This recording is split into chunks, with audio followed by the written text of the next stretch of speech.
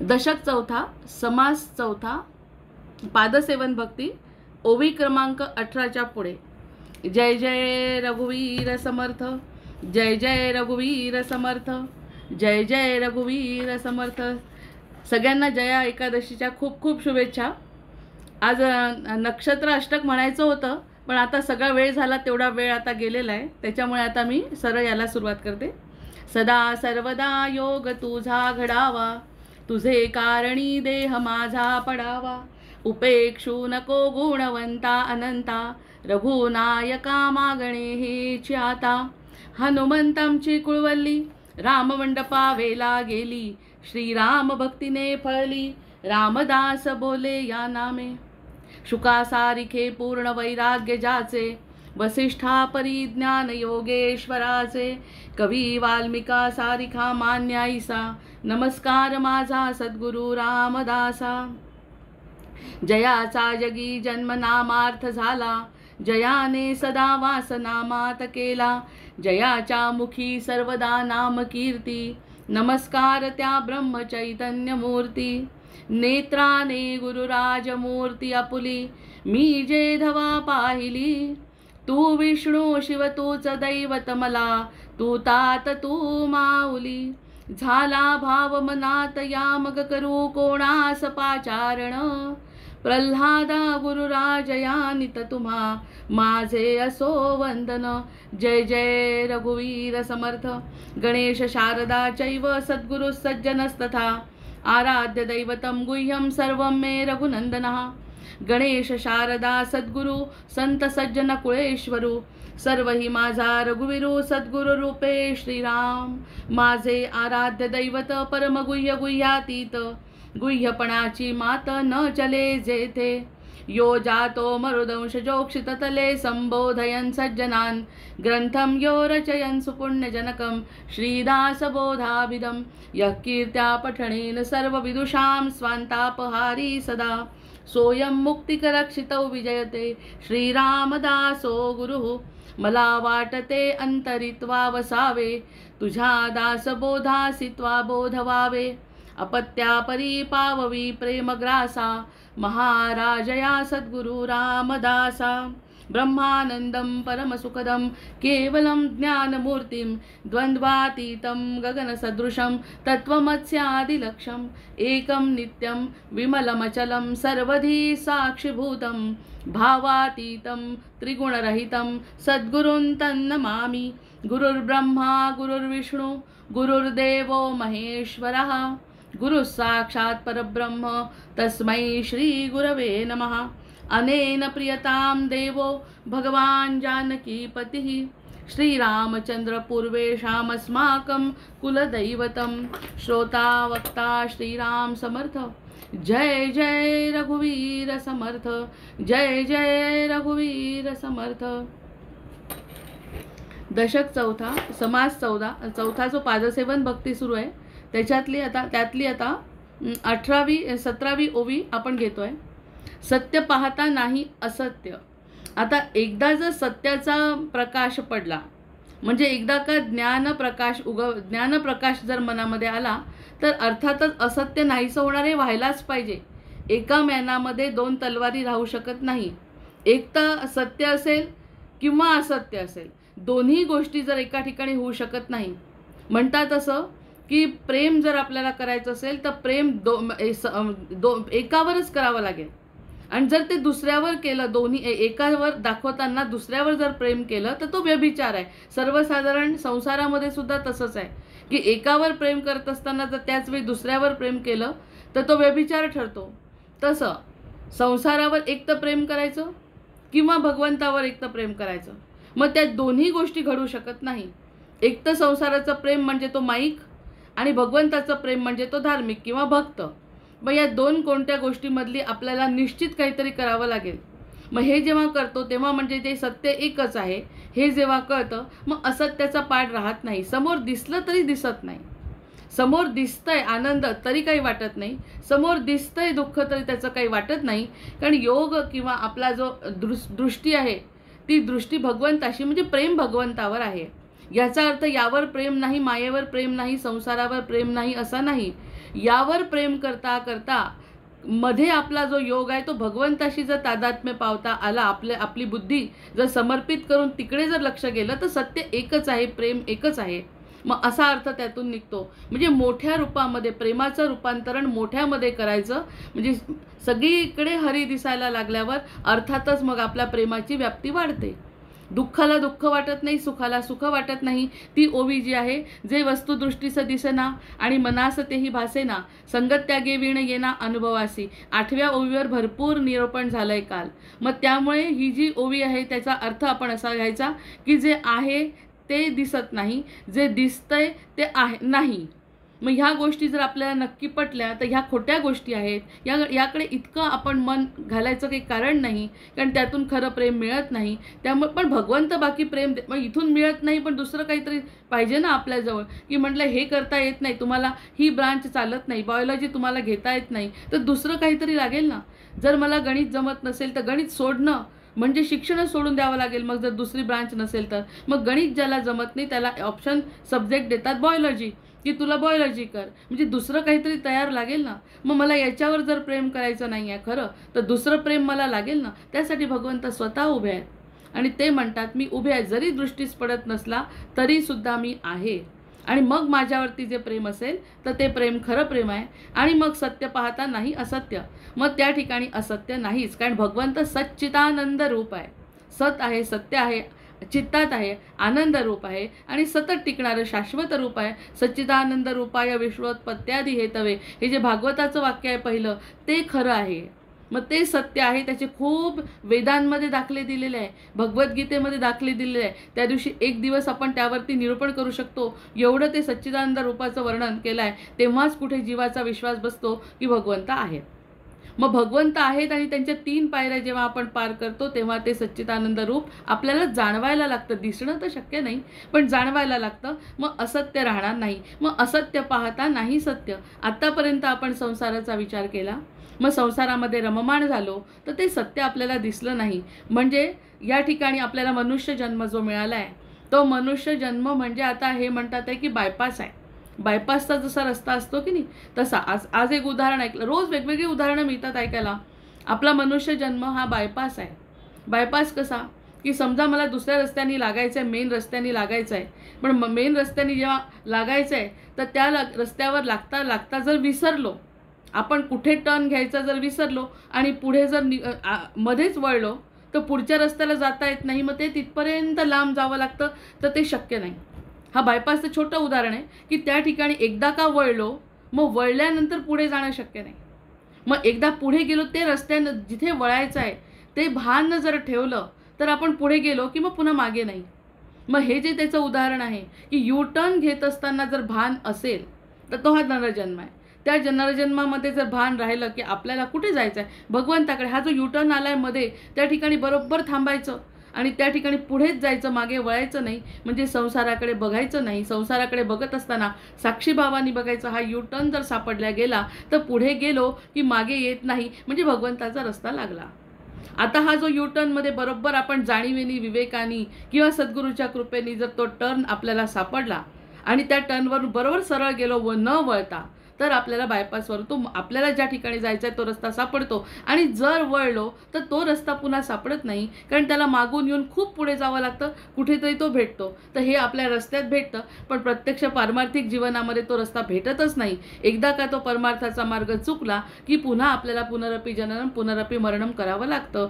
त्यामुळे त्या ठिकाणी जेव्हा मनुष्य जन्म मिळाला आहे त्यावेळी याची जाणीव ठेवून सत्य एकच आहे, परमात्मा एकच आहे आणि परमात्मा माझा आहे, मी परमात्म्याची आहे, या जाणीवांनी जो भक्त वागतो तो सत्याला समजतो. आणि सत्य जेव्हा एकदा पाहिलं तर असत्य नाही. असत्य असत्याचे कृत्य पाहणाऱ्याशी सत्य काय आहे असत्य काय आहे ते पाहायला गेलं, जर आपल्या दृष्टीचा पडलं, वेगळ्या दृष्टीला पडलं की हे जे दृश्य जगत न दिसता किंवा जो दिसत नाही तोही भासला, तर ते पाहणारे जे असतात विवेकानी त्यांना ते दिसतं. आणि हे विवेक कोणाजवळ असतो, तो असतो सद्गुरूंच्या पायाशी. त्यामुळे पुन्हा ते सद्गुरूंच्या व्यक्ती आपण विसरायचं नाही आहे, कारण की भक्तीचा मार्ग जेव्हा सापडतो तेव्हा कुठेतरी आपल्याला सांगणारा वाटाड्या पाहिजे. मग तो वाटाड्या म्हणजे सद्गुरू, आणि सद्गुरूंचं जे काही आपल्याला चरणस्पर्श करून त्यांचे पाय जे धुवायचे आहेत ते धुतल्यानंतर आपल्याला तो मोठा मार्ग सापडतो, ज्या ठिकाणी मागे वळणे नाही.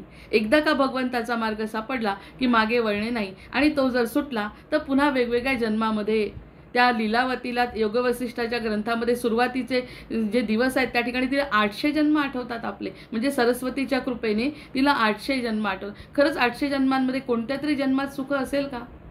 जर तिने फायदा करून घेतला नाही, ज्या अर्थी तिचा 800 जन्मानंतर जन्म झाला आहे, म्हणजे याचा अर्थ अजूनही तिची तळमळ जीवाची थांबलेली नाही. मग तळमळ केव्हा थांबते? जेव्हा आपण भगवत प्राप्ती करतो, आणि भगवत प्राप्तीसाठी मनुष्य जन्म दिलेला आहे, बाकी दुसऱ्या काहीही कारणासाठी नाही. कारण भगवंतावरती भगवंताचं जीवावरती जास्त प्रेम आहे या मनुष्य जन्मातल्या, की मनुष्य भगवंताला ओळखू शकतो. मग त्यामुळे, आणि दुसरी एक विडंबना पण त्या दिवशी त्यांनी सांगितली की गजेंद्र मोक्षाची कथा आपण आनंदाने आपल्या मोक्षासाठी ऐकतो, ती पशुयोनीत असून सुद्धा. मग एखादा पशु मागच्या जन्मी पुन्हा मानवच होता, म्हणून त्याला लवकरात लवकर संपवायचं होतं देवाला, म्हणून त्याला पटकन योनी दिली आणि त्या योनीतून त्याला मुक्त केलं. पण होता तो पूर्वी जो होता तो गंधर्व होता. मग त्यामुळे त्याला योनी दिली पटकन, पण याचा अर्थ ती गजयोनीमध्ये नव्हता. गजयोनीला मुक्ती नाही, त्या मानवी योनीला मुक्ती दिली की जेणेकरून आणखी मानव जन्म घेशील, कृपा झाली आणि गजाची योनी दिली, आणि गजाच्या योनीतून त्याची मुक्ती झाली. आणि विडंबना ही आहे की मनुष्य जन्मामध्ये आपण येऊन गजेंद्र मोक्षाची कथा ऐकून मुक्त होतो. म्हणजे त्यासाठी गजेंद्राची कथा ऐकतो आपण, म्हणजे पशु योनीची कथा ऐकून मानव जन्मातून आपण मुक्त होतो. याच्यासारखी मोठी विडंबना काय? त्यापेक्षा आपण स्वतःला मानव जन्माचं कृतकृत्य समजून, कृतार्थता समजून, तो गजेंद्र मोक्षाची कथा एक सिम्बॉलिक ठरवून आपण आपल्या स्वतःची मुक्ती करून घेऊ शकतो. मग हे पाहणाऱ्याला दिसतं. आतापर्यंतचे डोळे जे बंद होते ते उघडले झाले ताबडतोब, की मग एकदा सत्य दिसलं की असत्याचा ठाव राहत नाही. सूर्यप्रकाशामध्ये अंधाराचा किरणही टिकू शकत नाही. इतकं ते स्फटिकासारखं स्पष्ट असं सत्य आपल्या डोळ्यांना दिसू लागतं, जे आत्तापर्यंत दिसत नव्हतं. ज्याच्यासाठी आपली सगळी तळमळ आहे, ती जर तळमळ पूर्ण होत असेल तर पाहणाऱ्यासाठी आहे ते. त्यासाठी ह्या सगळ्या गोष्टी, पायऱ्या त्यांनी समजावून सांगितल्या. किती सुरुवातीचे सगळे समाज सोपे आहेत त्या मानाने. एक एक गुण समजवला, एक एक गोष्ट. पण सुरुवातीचा जो पहिला दशक आहे, त्या दशकामध्ये समर्थांनी सगळ्यांना आवाहन यासाठीच केलं आहे की कधी ना कधीतरी आमच्या हृदयाला हे पटावं. यासाठी सगळेजण या माझ्यासमोर, सगळ्यांना आवाहन केलं, सगळ्यांचे आशीर्वाद मला द्या, आणि या ग्रंथामध्ये काय सांगितलं ते कळू द्या. म्हणजे मध्य आल्यासारखा वाटतो की ज्या ठिकाणी त्या गोष्टी छोट्या वाटतात, जसं 1ली ते 4थीचा वर्ग आपल्याला 10वीत गेल्यावर छोटा वाटतो, पुढे गेल्यावर 10वी छोटी वाटते, तसं आता हळूहळू पुढे गेल्यावरती ते साधे गुण सांगितले. मग त्या गुणांची का वाढ करायची हे सगळं शिकण्याची गरज नाही. ज्या ठिकाणी सद्गुरूंची कृपा झाली की त्याबरोबर सत्य स्पष्ट होत आहे, आणि सत्य एकदा स्पष्ट झालं की बाकी काही गोष्टी ज्ञान मिळवण्याची सुद्धा गरज नाही. या ठिकाणी थांबवलं तरी चालणार आहे. जर ती वृत्ती निर्माण झाली, हा गोडवा आहे म्हणून ऐकतोय, गोडवा आहे म्हणून बोलतोय, हे सगळं जरी सत्य असलं तरी थांबलं तरी चालतंय. ज्या ठिकाणी थांबू सुद्धा शकतो असा तो क्षण अमृताचा आमच्या हृदयामध्ये बरसावा, ह्यासाठी पादसेवन भक्ती अगदी आहे. म्हणजे सगळ्या भक्ती सांगितल्या आहेत, त्या कोणत्याही भक्तीचा उपयोग आपण करून घेऊ शकतो, ज्याला जसं आपल्या पूर्वसंस्कारांमध्ये आवडत असेल तसं. नाना समाधाने पाहता बाणती सद्गुरू करता, सद्गुरुविण सर्वथा सन्मार्ग नसे. आणि हे सगळं जर करायचं असेल तर सद्गुरूंचा समास वाचा. आधीच आपण म्हटलो की त्या ठिकाणी पहिल्या दशकातला सद्गुरू समास, आता सद्गुरू वर्णवेना, हे ऐकलं पाहिजे, हे वाचलं पाहिजे. आणि हे सगळं त्याच्याशिवाय शक्य नाही. खरंच आहे, मला जर 10वीला पास व्हायचं असेल तर गुरु लागतातच, ते शिक्षक लागतातच. ते शिक्षक आपल्याला पुस्तकं खूप असतात आपल्याजवळ. 10वीची पुस्तकं घेऊन घरी बसून जर अभ्यास करतो म्हटलं तर किती कठीण जात आहे, आणि त्याला मान्यतासुद्धा नाही आहे. मुख्य गोष्ट म्हणजे त्याला मान्यतासुद्धा नाही आहे. घरी बसून केलेला अभ्यास त्याला मान्यतासुद्धा मिळत नाही. याचं कारण समजत नाही असं नाही, पण त्याला त्या गोष्टीला मान्यता नाही. तसं सद्गुरूंजवळ गेल्याशिवाय भक्त सरळ देवापर्यंत पोहोचू शकत नाही.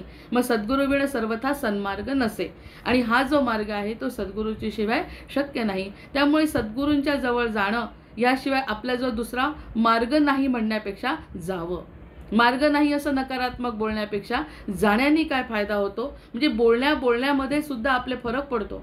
जे सांगायचे ते नाही असं नाही म्हणायचं, जावं.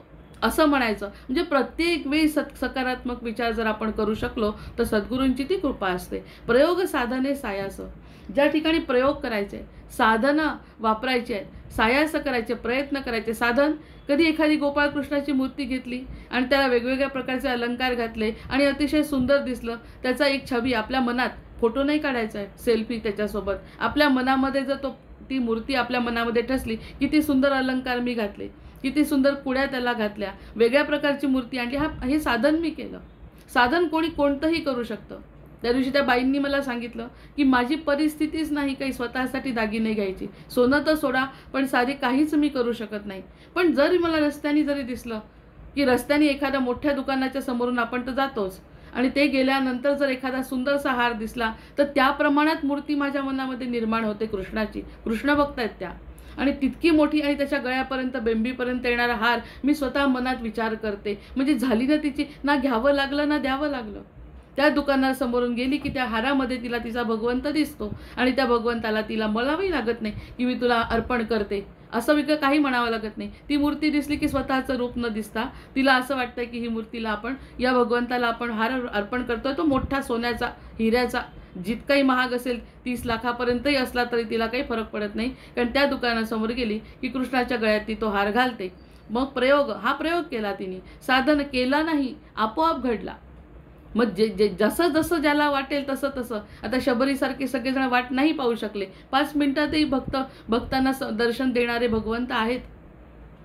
त्याच्यासाठी अतिशय सुंदर श्लोक आहे, पण हा समासच संपणार नाही. म्हणून प्रयोग साधने सायास, नाना साक्षेपे विद्याभ्यास. कधी कधी विद्यांचा अभ्यास करून सुद्धा होऊ शकतं.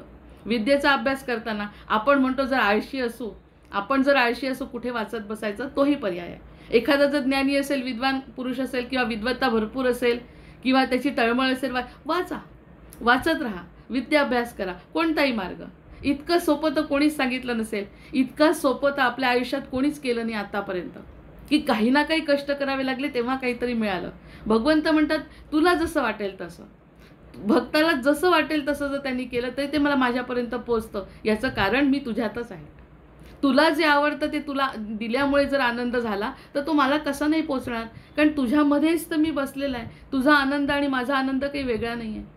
हे की नाही ब्रह्मवाक्य आहेत, वेदांची वाक्य आहेत. त्याच्यावरती वेगळ्या दिवशी निरूपण, वेदांचा सार काढलाय समर्थांनी दासबोधामध्ये. त्यामुळे वेदांची वाक्य तर इतकी गोड आहेत. अथातो ब्रह्म जिज्ञासासारखी, अहम ब्रह्मास्मी, तत्वमसी, याच्याही पेक्षा मोठे मोठे वाक्यांचा अभ्यास जर आपण केला, अतिशय गोड, पण ते समजत नाही ना. पण जो एखादा विद्याभ्यास करणारा असेल तर त्या विद्याभ्यास करणाऱ्याला सुद्धा त्याच्यातून आनंद मिळतो. गाणं शिकणाऱ्याला गाण्यातून आनंद मिळू शकतो. त्या ठिकाणी जर या सुलतानाची गाणी, बेगम सुलतानाची जी गाणी ऐकली तर तिला समजतं इतक्या खर्चात कोण जाऊ शकतं आणि इतक्या तारसप्तकामध्ये कोण जाऊ शकतं. पेटी थांबून जाते. हार्मोनियम ज्या ठिकाणी ते इतके एक्सपर्ट बसलेले आहेत, अप्पा वडावकर तिच्यासोबत, पेटी थांबून जाते. कुठे वाजवणार, कसं सूरच सापडत नाहीत खालचे खर्जातले त्यांना. इतकी खर्जात ती जाते आणि स्थिर असते, अतिशय स्थिर स्वर. मग तिची समाधी नाही तर काय, ही ती समाधीतच जाते खाली आणि वर. मध्ये फक्त ती नॉर्मल असते की त्या ठिकाणी ते पेटीवाले, तबलावाले, आणि 2 इन्स्ट्रुमेंटच्या भरोशावर ती गाते. आणि तिची समाधी लागल्याशिवाय काय एवढं सुंदर होत आहे. आता तिला वाईट वाटतं, आता मी करू शकत नाही, कारण तिचा जो काळ संपला, पण तिने तो आनंद घेतला. मग कशातूनही आनंद, तिला भगवंतच भेटलेला आहे. शहनाई वाजवत असताना बिस्मिल्ला खानना नाव कोणीही द्या, त्याला भगवंतच भेटलेले आहेत. मग या सगळ्या गोष्टी भेटलेल्या आहेत. देव भेटतो का यावरती निरूपण करण्याचा विचार आहे चैतन्य सत्संग मंडळामध्ये. तर हा भेटतो काचा 1 तासाचा जो एपिसोड आहे तो याच्याशी संबंधित पुन्हा ऐकायचा. त्याच्यात वेदांचे, भगवद्गीतेचे दाखले दिलेले आहेत. मग असं जर असेल तर नाना साक्षेपे विद्याभ्यास. मग वेगवेगळ्या प्रकारचा विद्याभ्यास केला. विद्याभ्यासामध्ये सगळे गुण आले. 64 कला आपल्याला नाही जमल्या. लता मंगेशकर सरस्वतीच्या पेक्षा वेगळं काय रूप आहे. सचिन तेंडुलकर जेव्हा खेळत होता, वेगळं काय आहे. जे जे काही दृश्य चांगलं दिसतंय, जे जे काही तेज आहे तुमच्याजवळ, ते सगळं तेज, बुद्धी, गुण, रूप सगळं माझं आहे. सगळं माझं आहे म्हणतात भगवंत. मग माझं म्हणजे तो आहे. कलेवर जेव्हा असतं आपलं, जेव्हा शव होतं तेव्हा तो शव म्हणतो का मला जाळू नका. म्हणजे शव बोलताय का मला जाळू नका. पण जर माझ्या जीवाला आता त्रास दिला, कोणी चापट मारली तर मला मारू नका. हा महत्त्वाचा फरक आपल्याला समजतो नाही या ठिकाणी. मला मारू नका, पण शव जेव्हा चितेवर ठेवतो एवढं जाळतात तरी ते म्हणत नाही मला मारू नका, कारण त्याच्यातलं चैतन्य म्हणजे तो निघूनच गेलेला आहे ना. तो म्हणजे मी निघूनच गेलाय. मी आणि तो जे काही होते एकत्र होतो का वेगळे होतो हे आपण मानलं आपण वेगळे होतो. पण भगवंत म्हणतो तू आणि मी एकच होतो, माझ्यासोबतच तू आला, फक्त तू मध्ये मला सोडून दिलं आणि तो पुन्हा जन्माच्या फेऱ्यात गेला, मी निघून गेलो.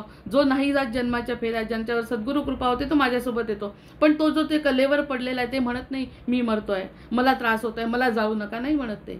आपण म्हणतो अरे बापरे मला चटका बसला. मला जेव्हा तो माझ्यामध्ये असतो तेव्हा मी असतो.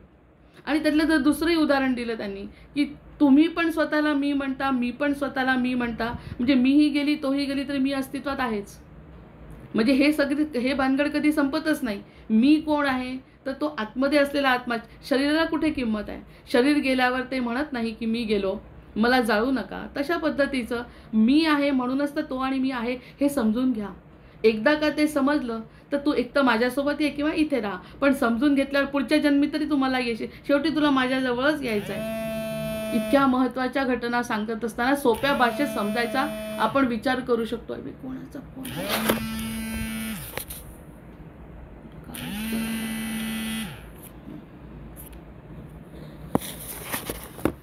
तर या सगळ्या गोष्टी जेव्हा आपण करतो तेव्हा आपल्याला लक्षात येतं मग प्रयोग साधने नाना साक्षेपे विद्याभ्यास. मग विद्याभ्यासेतून करायचं आहे का नुसतं नमस्कार करून करायचं आहे की फक्त सद्गुरूंजवळ बसायचं आहे? तुम्ही जसं आणखीन सोपं त्यापेक्षाही सद्गुरूंनी म्हणण्यापेक्षा त्यांच्याजवळ गेलं आणि सुखदुःखांना काहीच नाही वाटलं आपल्याला, समजा त्याही ठिकाणी सद्गुरू आहे की सुखदुःखांना नाही तर ते म्हणतात म्हणे सगळेजण किती वाईट केलं देवानी, माझं इतकं वाईट केलं देवानी. हां, सद्गुरूंना ते म्हणत नाहीत सध्या, कारण सद्गुरूंशी त्यांनी संबंध जोडलेला नसतो भक्तांनी, त्यामुळे सद्गुरूंना नावं नाही ठेवत. पण देवाला बाकी हमखास नावं ठेवतात. आज सकाळपासून मला फोनचा इतका त्रास होतोय. मग या ठिकाणी मग तो म्हणतोय की अभ्यासे साक्षेपे विद्याभ्यास अभ्यासे काही गुरुगम्य असं पाविजेत नाही. मग या ठिकाणी अभ्यासाने गुरुगम्य असं पाविजेत नाही. गुरुगम्य जे आहे ते अभ्यासाने, नुसत्या अभ्यासाने प्राप्त होत नाही. नुसत्या अभ्यासाने म्हटलं पुस्तकांमधून मी करतो तर ते कशाला? आपण हे वाचत असताना जर कोणी समजावून सांगितलं तर फार लवकर समजतं. आपल्या स्वतःच्या बुद्धीचा ताण कमी होतो. मग हा ताण जर कमी होत असेल तर त्या गुरुजवळ गेलं तर त्यांनी नुसते हात ठेवले. आपली परंपरा अशीच आहे. गुरु परंपरा अशी आहे की ते शक्तिपात दीक्षा वगैरे म्हणतात ना दत्त संप्रदायामध्ये, की ते गुरु आपली सगळी शक्ती किंवा आपली सगळी विद्या सच्शिष्याला देतात. त्यांना जे वाटतं की हा आपलं पुढे नेऊ शकतो गादी, त्याला देतात. मग ते दिल्याशिवाय होत नाही. त्यांनी कितीही स्वतः शोधायचा प्रयत्न केला तरी त्याला ते मिळत नाही.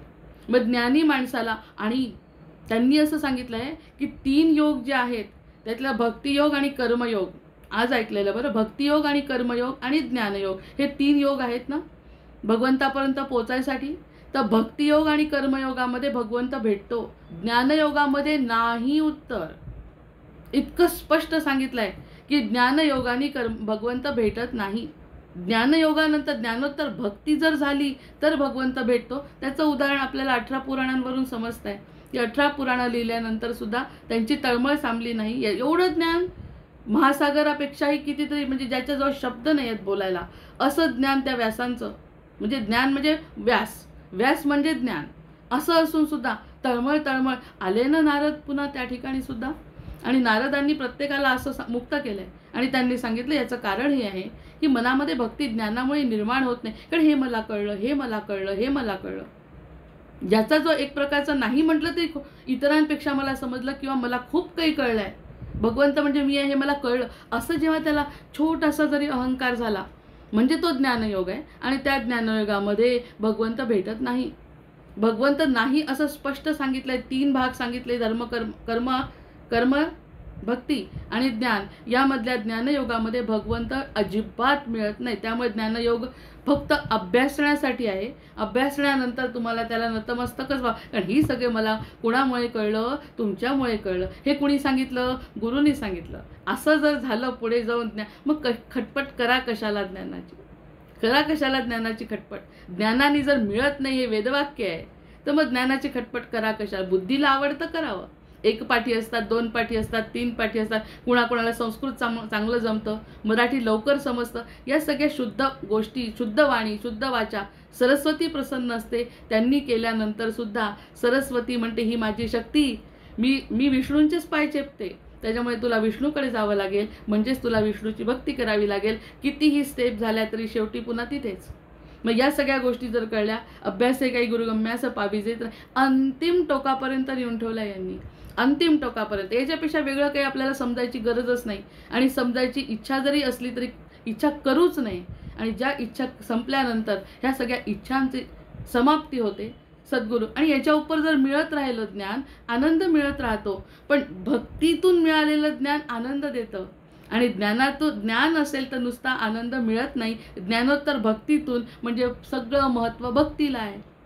मग ती भक्ती कुठे करायची हेही आपल्याला समजत नाही. सरळ काही भगवंत दिसत नाही, त्याचे पाय कसे दिसणार, त्याचे पायही दिसणार नाही, तोही दिसणार नाही. एखाद्या स्वप्नात दिसला तरी त्याची कशी भक्ती करायची, हे सगळं कसं करायचं ते सद्गुरू सांगतात.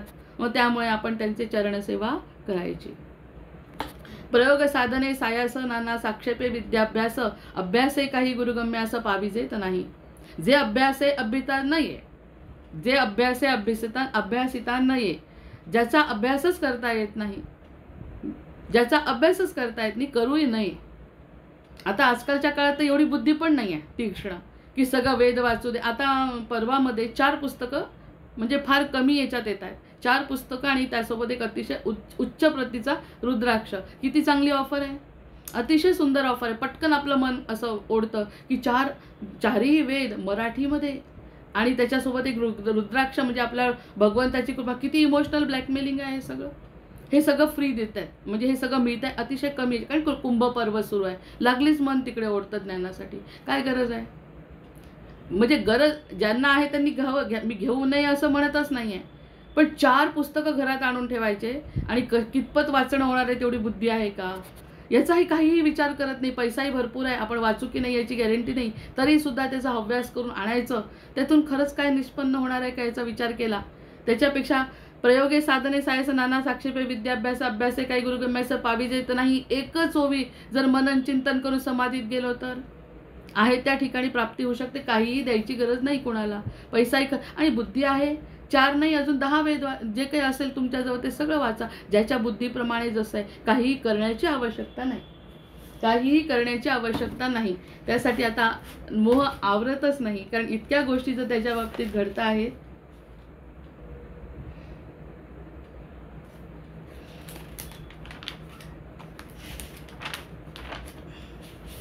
वेळ लागणार.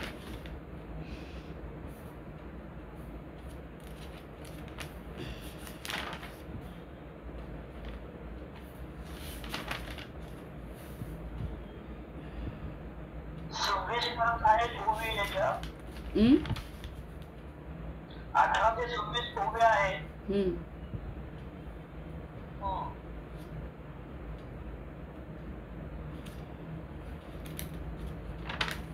मी ते नाही बघत आहे. मला एक छान गोष्ट म्हणजे छान श्लोक सांगायचा आहे, मी ते नाही बघत आहे.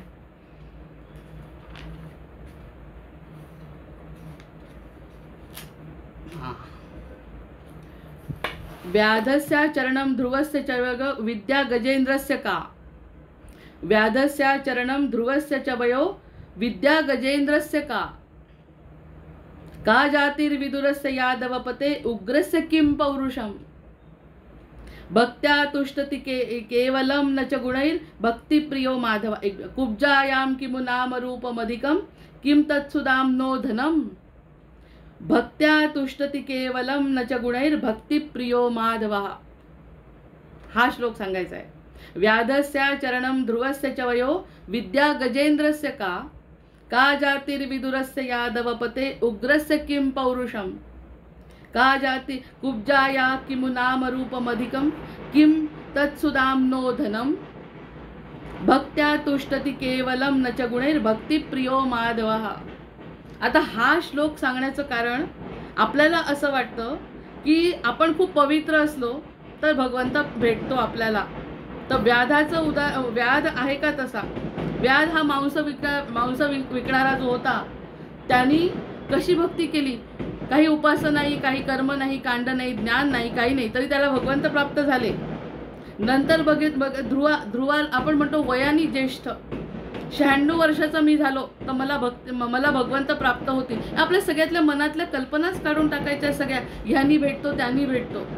मग त्यांनी म्हटलं व्याधाला मिळाला, तर व्याधानी काय केलं विशेष? काही नाही केलं. त्यांनी तर मांस विकणार, आपण तर निषिद्ध गोष्ट मानतो. त्याला तर शाळीग्रामाची गोष्ट माहिती आहे सगळ्यांना. त्यांना व्याधाला भगवंत प्राप्त झाले आणि व्याधासाठी तळमळ केली आणि त्याच्या घरी पुन्हा येऊन बसले त्याच्या तराजूमध्ये. तसं मग आता ध्रुवाचं वय काय होतं? 7 वर्षाचं. मग आपण म्हणतो 96 वर्ष, 50 वर्ष, 80 वर्ष झाल्यानंतर भगवंत आपोआप वयाने तरी भेटतील? नाही, वयाने सुद्धा भेटत नाही. बरं, विद्येनी भेटतात म्हणतं, तर गजेंद्राजवळ कोणती बुद्धी आहे, कोणती विद्या आहे? तो तर पशुयोनीत आहे. मग विद्या नसलेला पशुयोनीतून, आणि तो गजगती म्हणजे अगदी शांत, हळूहळू धीरे धीरे चालणारा, काहीही चाणाक्षपणा नाही. बुद्धी असेल चाणाक्ष त्याची, पण पशुयोनीमध्ये बुद्धीचा उपयोग काय? विद्या मिळत नाही त्याला. त्यानंतर का जातीर्विदुरस्य यादवपते, जातीला महत्त्व दिलं, स्पष्ट सांगितलंय. जातीला जर महत्त्व दिलं, ब्राह्मणालाच मिळेल आणि क्षत्रियालाच मिळेल, वैश्य नाही. विदुराला मिळालाय. विदुर हा दासीपुत्र आहे. आणि इतके कृष्ण स्वतः दुसरीकडचं सगळं जेवण सोडून विदुराकडे कशी खाल्ली? त्यांनी सालं खाल्ली आहेत आणि तिने केळ टाकून दिलाय. मग कुब्जेला, तिला विदुराला मिळालं. नंतर आता उग्रसेनाला राज्य दिलं स्वतःच्या. काही छान व्यवस्थित नव्हता, पुरुष सुद्धा नव्हता. म्हणजे त्याला ना पुरुष ना स्त्री अशी जी अवस्था आहे, अशा उग्रसेनाला त्यांनी राज्य दिलं. म्हणजे त्या पावले भगवंत, त्याला पावले. त्यानंतर कुब्जा, सुंदर रूपाकडे भगवंत आकर्षित होतात म्हणावं, तर कुब्जा 8 ठिकाणी वाकडी. कुब्जेला जे पावले ते किमू नाम रूप मधिकम, की बरंच धनवानाला पावतो म्हणावं, अंबानी अडाणीला. तर या बिचाऱ्या सुदाम्याजवळ काय होतं? त्याचे पाय धुतले भगवंतांनी. मग कशातून प्राप्त होतो? धन कशाला मिळवायचं? ज्ञान कशाला मिळवायचं?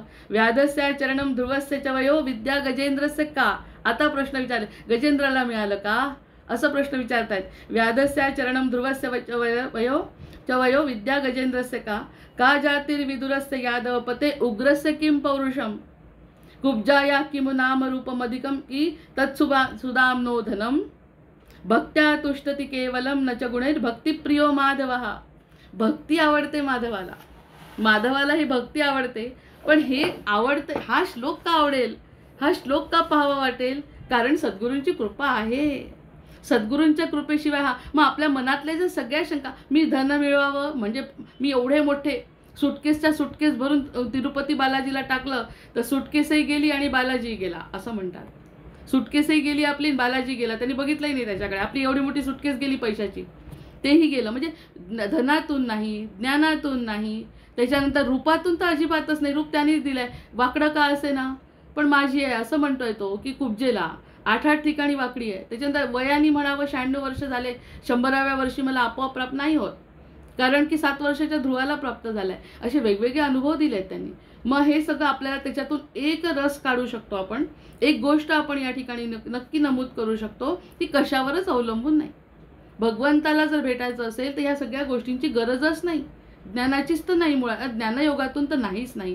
आज तर जे काही व्याख्यान ऐकलं त्या ठिकाणी स्पष्ट सांगितलं की ज्ञानातून मिळत नाही. मग आपल्याला असं वाटतं ह्यांना हे समजतं, यांचा हा श्लोक पाठ आहे, यांचं ते, यांनी काही होत नाही. यांनी काहीही होत नाही, काही फरकच पडत नाही. पाठ केला चांगलं आहे, म्हटला चांगलं आहे, नाही म्हटलं तरी तुझ्याजवळ जो आहे ते तुला प्राप्त होईल. काहीही नसलं तरी कुब्जेजवळ काय होतं आणि कोणाजवळ काय होतं, इतकी गजेंद्राजवळ काय होती विद्या. या सगळ्या गोष्टीतून आपण असं सगळं सिद्ध करतात ते की आपल्याला काहीही नसलं तरीही भगवंत प्राप्त होतो. कारण आपल्यामध्ये भगवंत आहे याची जाणीव फक्त आपल्याला व्हायला पाहिजे. आणि आपल्याला जर व्हायची असेल तर पुन्हा तेच, हे तर आता पाठ होऊन सगळेजण बोलायला लागतील याच्यावर, की आपल्याला जर हे समजायचं असेल, हा श्लोक जर आवडायचा असेल तर गुरुची कृपा पाहिजे. आणि गुरुची कृपा करण्यासाठी या भक्ती, नवविधा भक्ती समर्थांनी या ठिकाणी सांगितलेल्या आहेत. जे अभ्यासिता नाही, जे साधने असाध्य होय ते सद्गुरू विण काय उपजो जाणे. सद्गुरू विण काय उपजो जाणे. सद्गुरूच्या शिवाय कसं समजेल. थोडं जर समजायसारखं वाटलं तर तेव्हा लागलीच जाणवायला लागलं की सद्गुरू माझ्याकडे बघतायत. म्हणून ते कुठेतरी दृष्टी पडल्यामुळे त्या दृष्टीमध्ये कानांमध्ये तेच ऐकू येतं आणि तेच बोलावं वाटतं आणि ते सांगावं वाटतं आणि त्याचा आनंद होतो. हे सगळं सद्गुरूमुळे शक्य होतं. हे जर आवडत असेल तर ती सद्गुरूची कृपा हे सुद्धा शक्य आहे. श्रोता वक्ता श्रीराम समर्थ. फक्त वक्ताच वेगळा नाही, श्रोत्याला जर याच्यात आनंद निर्माण झाला तर ते त्यांच्या सद्गुरूंची कृपा आहे. त्याच्या दुसरं जगामध्ये तिसरं असं काहीच नाही. या कारणे ज्ञानमार्ग. ओवी आहे 21वी. आता या कारणे ज्ञानमार्ग कळाया धरावा सत्संग. ज्ञानमार्ग कळण्यासाठी सत्संग धरावा म्हणतात. आणि पारायणाच्या पारायण किती केले. आणि चालता बोलता एखादी व्यक्ती बोलत असते ना, ज्ञानेश्वरी सांगते चालता बोलता ती मला वाटतं भगवंताला भेटतच असेल. चालता बोलता पारायण करून ज्ञानमार्ग करण्यापेक्षा कळाया धरावा सत्संग. या अर्थी खरंच कोणी असा अर्थ काढू नये की पारायण करू नये. अगदी करायला पाहिजेच. पारायणाशिवाय कसं, ज्याला जसं झेपेल तसं. पारायण नाही झेपलं तरी वाईट वाटून घेऊ नये. आपल्या मनामध्ये एक असंच असतं की हे असं केल्यानेच फक्त तसं होतं. त्यासाठी हा 4 श्लोक मुद्दाम काढून ठेवला की ह्या कोणत्याही कॅटेगरीत आपण बसू शकतो. आपण जर मूर्खही असलो तर गजापेक्षा तर मूर्ख नाही, त्याची तर योनी गजाची आहे. काहीही मूर्ख आहे मी, फक्त त्यांनी काय केलं, शेवटच्या क्षणी धावा केला आणि स्वतःजवळचे एक कमळपुष्प, कारण तो तळ्यात होता, तळ्यामध्ये असल्यामुळे कमळपुष्प होतं. जसं आपल्याजवळ काही असेल एखादी गोष्ट, ती त्या तळ्यामधलं कमळपुष्प घेतलं आणि भगवंताला तर ताबडतोब ते गरुडावर बसून खाली. अशी ती कथा सांगत असताना असं वाटतं अरे त्याच्याजवळ कमळपुष्प पाण्यात बसलेलं, त्याच्याच पाण्यात त्याचंच कमळ घेऊन त्याला वाहिलं आणि भगवंत आले. मग त्याचं घ्यायचं, आपणही वाहू काहीतरी. अशी जर एक मनामध्ये आनंद झाला तर मग तो सत्संगानेच प्राप्त होऊ शकतो. सत्संगी विण प्रसंग बोलवची नाही आणि सत्संगाच्या शिवाय प्रसंग सांगू नये. आम्हाला हा अनुभव आला, खोटे. आजकाल तर व्हिडिओ पाहिल्यानंतर 1000 व्हिडिओ असे सापडतात की स्वामी माझ्या घरी आले. ते आपले नोकर आहेत का? मला तर अगदी असाच प्रश्न विचारावा लागतो. स्वामी नोकर आहेत का आपले, की माझं काम करायसाठी त्यांना बोलवायचं आहे? आज संध्याकाळी ना माझे पाय खूप दुखतात. कोणीतरी अक्षरशः असं म्हणतात इतके पाय दुखतात. गजानन महाराज माझे इतके पाय दुखतात. गजानन महाराज पाय दाबून द्यायला येणार आहे का आपण त्यांचे पाय दाबायचे? पादसेवन भक्ती आहे. गजानन महाराजा इतके पाय दुखतात आहे, गजानन महाराजा इतकं कंबर दुखते, ते कसे येणार आहे आपल्यासाठी पाय दाबायला? असे हे व्हिडिओ पाहिल्यानंतर असं वाटतं हे सगळं बंद करायला पाहिजे दुकान. या सगळ्यांचं दुकान. सत्य बोलतच नाही. सगळं बोलताना दाखवतात आम्ही सत्य बोलताय, पूर्ण असत्य बोलत असतात. 1000 व्हिडिओज आपण असे पाहू शकतो. त्यामुळेच ही सगळी पिढी भरकटते. या कारणे ज्ञानमार्ग कळाया धरावा सत्संगी विण प्रसंग बोलवचं नाही. आपण असं सांगतो मला रात्री भेटले, मला असं दिलं, मला आंब्याची टोपली दिली म्हणतात. कधी म्हणतात मी पडत होतो वाचवलं. का बरं? तुमच्या नशिबात नव्हता म्हणून तुम्ही वारले नाही, मेले नाही. मरायचं असतं तर मरून गेले असते. मरायचं नव्हतं म्हणून तुम्ही वाचले. तुमच्या नशिबात मरण नव्हतं, नाहीतर त्यांनी काही वाचवलं नाही त्यावेळी. सद्गुरूंचं काम वेगळं आहे. वाचवणे सोडणे असं त्यांचं कामच नाही आहे. हे सांगायला पाहिजे सगळ्यांना की तुझं मरण वाचवलं, तुमचं गंडांतर. हे असं सद्गुरू करत नाही. सद्गुरू जे करतात ते ज्या ठिकाणी आहेत त्या ठिकाणी स्थिती देतात, लय देतात. आणि मला या ठिकाणी वाचवलं म्हणजे सद्गुरू महाराज आहेत. आणि त्याच दुसऱ्या दिवशी जर त्यांना काही त्रास झाला की सद्गुरू काहीच करत नाही. म्हणजे कधीच मती स्थिर होत नाही. मती स्थिर जर नसेल तर ते सद्गुरू नाहीतच. आणि सद्गुरूंची अशी ख्याती सांगतात म्हणे. म्हणून प्रसंग बोलू नये. मी माझ्या मनाचं बोलत नाही. या ठिकाणी म्हटलं असे प्रसंग बोलू नये. खरं तर सिद्धी झालेले लोकांनी सुद्धा बोलत नाहीत. जे सिद्ध पुरुष आहेत ते सुद्धा सांगत नाहीत आमची सिद्धी. ते नसलेले लोक सुद्धा सांगत सुटतात की माझ्यासोबत ते चालले, माझ्यासोबत ते दिले, माझे पाय दाबले. अरे तुम्ही दाबा त्यांचे पाय आधी. सेवावे सद्गुरूचे चरण म्हणून म्हटले. त्यांनी पाय नाही दाबायचे आपले, आपण त्यांचे दाबायचे. सेवावे सद्गुरूचे चरण या नाव पादसेवन. आणि आपण त्यांचे पाय दाबायचे आहेत ही निश्चित आणि निखळ सत्य आहे. ते मोठे आहेत. ते मोठे म्हणजे परमात्म्याचे ते पार्षद आहेत. जे आपल्यासाठी त्यांनी कल्याणाकरता अवतार घेतलाय. त्यांना स्वतःचं काही अस्तित्व नाही आहे. स्वतःचं काही त्यांचं एमच नाही आहे. ते तर आपल्या भगवंतामध्ये तल्लीन असतात. ते आपले कामं करायला आपले काही ठेवलेले नोकर नाही. हे लोकांना जे वाटतात ते नोकर आहेत आपले, की आपण जेव्हा बोलवलं तेव्हा येतात आणि माझं काम करतात म्हणून मी मोठी. हे अतिशय चुकीच्या संकल्पना या आध्यात्मिक क्षेत्रामध्ये लोक मांडत आहेत. आणि रामदासी परंपरा आता ह्या अगदी चमत्कारांना सुद्धा मानत नाही. एखाद दुखट चमत्कार केला असेल समर्थांनी, कारण त्यांचं पूर्वपुण्य फळायला आलं असेल म्हणून. जसे मधुकरीची गोष्ट सांगतात ना, मधुकराची त्या ठिकाणी त्याचं मरण त्यांनी टाळलं, पण ते समर्थांनी नाही टाळलं. समर्थ म्हणतात तुला जे वाटत होतं ते तुझ्या नशिबात नव्हतं मरण. त्यावेळी फक्त मी हात दिला आणि त्यावेळी त्यांची समर्थावरती श्रद्धा बसली आणि तो समर्थांचा शिष्य झाला. पुढे जाऊन त्यांनी समर्थ परंपरा चालवली म्हणून ते गंडांतर रूपात आले. त्यांना दर्शन अशा पद्धतीने दिलं की तुझं जीवन माझ्यासाठी आहे. तुला जे आतापर्यंत म्हणून तो चमत्कार. प्रत्यक्षात आमच्या रामदासी परंपरेमध्ये चमत्काराला महत्त्वच नाही. मग हे देवा चरण या नावं पादसेवन, आणि सगळ्यात मोठा चमत्कार आपल्याला आपली प्राप्ती होणे, हा मोठा चमत्कार रामदासी परंपरा करते. दासबोध करतो, रामापर्यंत नेऊन ठेवण्याचं कार्य करतो. हा खरा नवल घडावे गे माये ही जी कविता केली त्या ठिकाणी आपल्या मनामधला बदल, आपल्या स्वभावामधला बदल, आपल्या समर्पित करण्याचा हा जो बदल आहे तो बाकी समर्थ रामदास स्वामी करतात. ते एका क्षणात जरी थांबली तरी चालणार आहे. कोणत्याही गोष्टीची गरज भगवंताला नाही. चौथे भक्तीचे लक्षणच आहे हे निरोपिले. ही पादसेवन भक्ती जरा जास्तच हृदयस्पर्शी झाली. ज्या ठिकाणी हृदयाशी संबंध आहे, श्रवणाचा कानांशी संबंध आहे, ते झिरपल्यानंतर हृदय येत आहे. आधी श्रवणाचा आपण श्रवण करतो, त्यानंतर बोलतो, पण हृदयाचा संबंध सरळ येत नाही. इथे फक्त हृदयाच्या संबंधाप्रमाणेच पादसेवन भक्ती होते. नाही तर सद्गुरूंचे पाय धुणे आपण कितीतरी वेळा केलाय. 50 वर्षात कमीत कमी दर एकादशीला जरी आपण केलं असेल, पादुकांना जर आपण अभिषेक केला, पवमानासकट मी करत होती. म्हणजे आतापर्यंत पवमान लावायचं, पूर्ण पाठ नाहीये, पण पवमान लावायचा आणि अभिषेक करायचा. पण कधीच डोळ्यातले अश्रू आले नाही. मग तो अभिषेक काही ना काही थोडा 1% पूर्ण झाला असेल म्हणून डोळ्यामध्ये अश्रू आले, हे वाक्य निश्चित आहे. मग अशा प्रकारची ही जी पादसेवन भक्ती आहे, डोळ्यामध्ये पाणी येणे आणि त्या पाण्यातून सद्गुरूंचे पाय धुतले जाणे, ही पादसेवन भक्ती अपेक्षित असावी. नुसत्या पारायणापुरतं वरवरचं हे लेखन नाही. आतापर्यंत जे काही आपण ज्ञान मिळवलं ते सगळं वरवरचं असतं. पण खरं आत्मकल्याणाचं जर ज्ञान घ्यायचं असेल तर ते अशा प्रकारची भक्ती हृदयापासून झाल्याशिवाय, आणि हृदयातून डोळ्यातून आलेलं पाणी त्यांना समर्पित करणे, पूर्ण शरणागती पत्करणे, या नावं पादसेवन. मला तर हा समास सुरुवातीपासूनच विशेष आवडतो, त्यामुळे कदाचित इतका वेळ लागला. नंतर हे प्रवृत्तीचे देव ब्राह्मण महानुभाव सत्पात्र भजनाचे ठाव. देव असतील, ब्राह्मण किती चांगला आहे. ब्रह्म जानाति इति ब्राह्मण. एखादा चांगला गुण दिसतो, एखादा चांगला गुण ज्याचा दिसतो ते ब्रह्मरूप आहे. मग त्याला जे गुण दिलाय ते भगवंताचं रूप आहे. मग त्या भगवंताच्या रूपाच्या समोर सत्पात्र भजनाचे ठावे. मग त्याला जे त्याच्या समोर भजन ऐसे ठाई सद्भाव दृढ धरावा. आपण जे काही करतो ते अतिशय चांगलं, जगी धन्य तो दास सर्वोत्तमाचा. जे काही चांगलं दिसतंय, जे सुंदर उदात्त उन्नत महन मधुर ते अधरम मधुरम मधुरम मधुर, सगळं मधुर मधुर, सगळं गोड, असं जे काय आहे ते सद्भाव निर्माण झाला तर तो दृढ धरावा. हा जो स्वभाव आहे हा दृढ धरावा श्रीराम. हे प्रवृत्तीचे बोलणे बोलिले रक्षाया कारणे. हे जे प्रकृतीचं बोलणं बोललो, प्रवृत्तीचे ही जी प्रवृत्ती आहे आपली, ती प्रवृत्ती बदलायची आहे. आतापर्यंत प्रवृत्ती बदलली नाही, ज्ञान मिळालं, असं करायचं तसं करायचं, त्यामध्ये आपल्या प्रवृत्तीत फरक झाला नाही. मग हे प्रवृत्तीचे बोलणे बोलिले रक्षाया कारणे.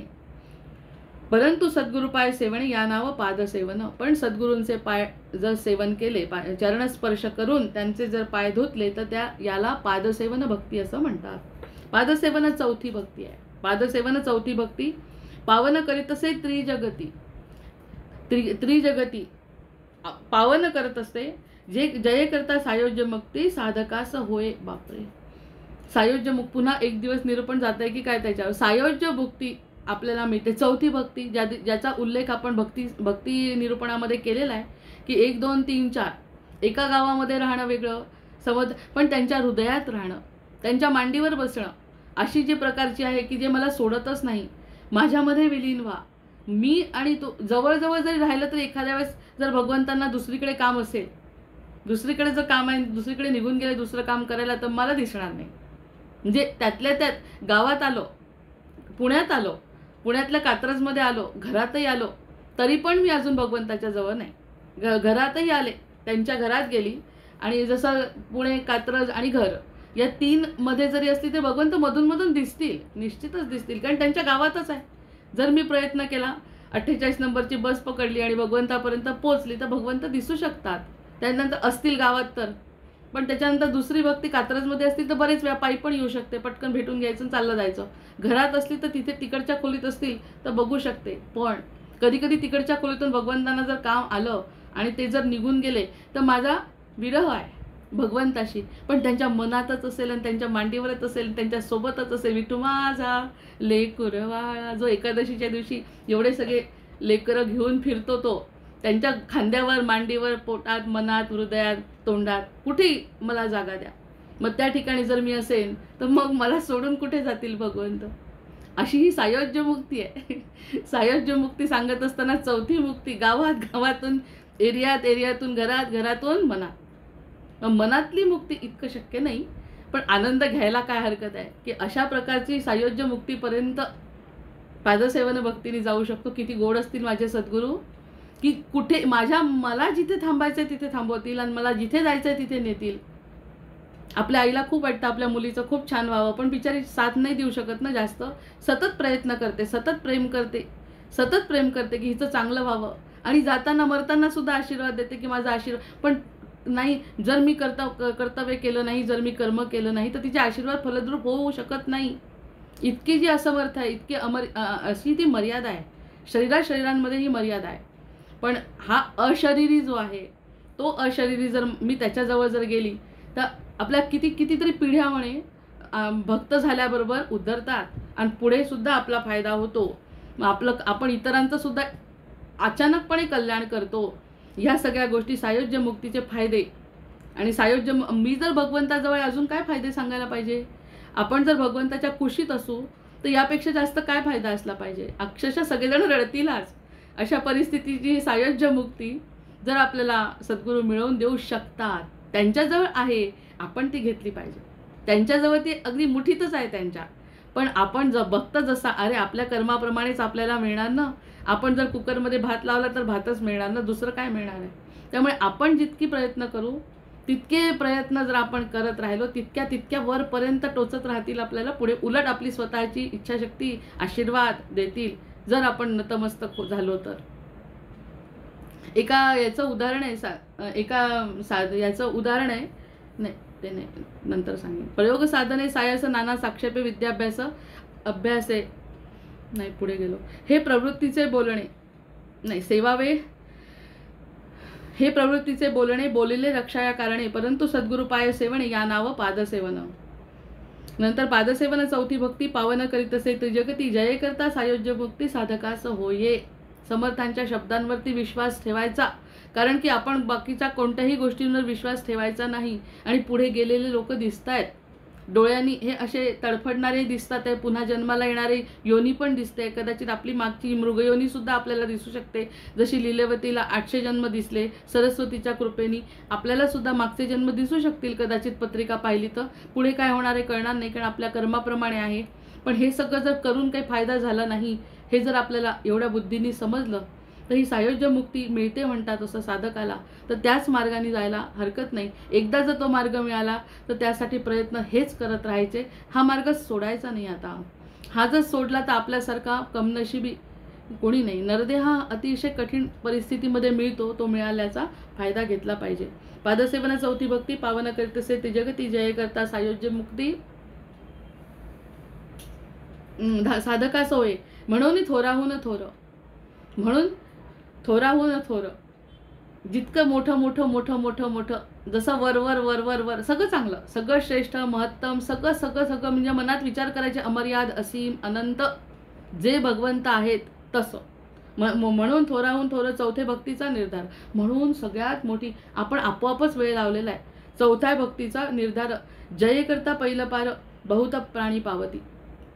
आणि त्यामुळे पहिलं पार पावल्या जातो. इतकं गोड भजन आज ऐकलंय, इतकं गोड.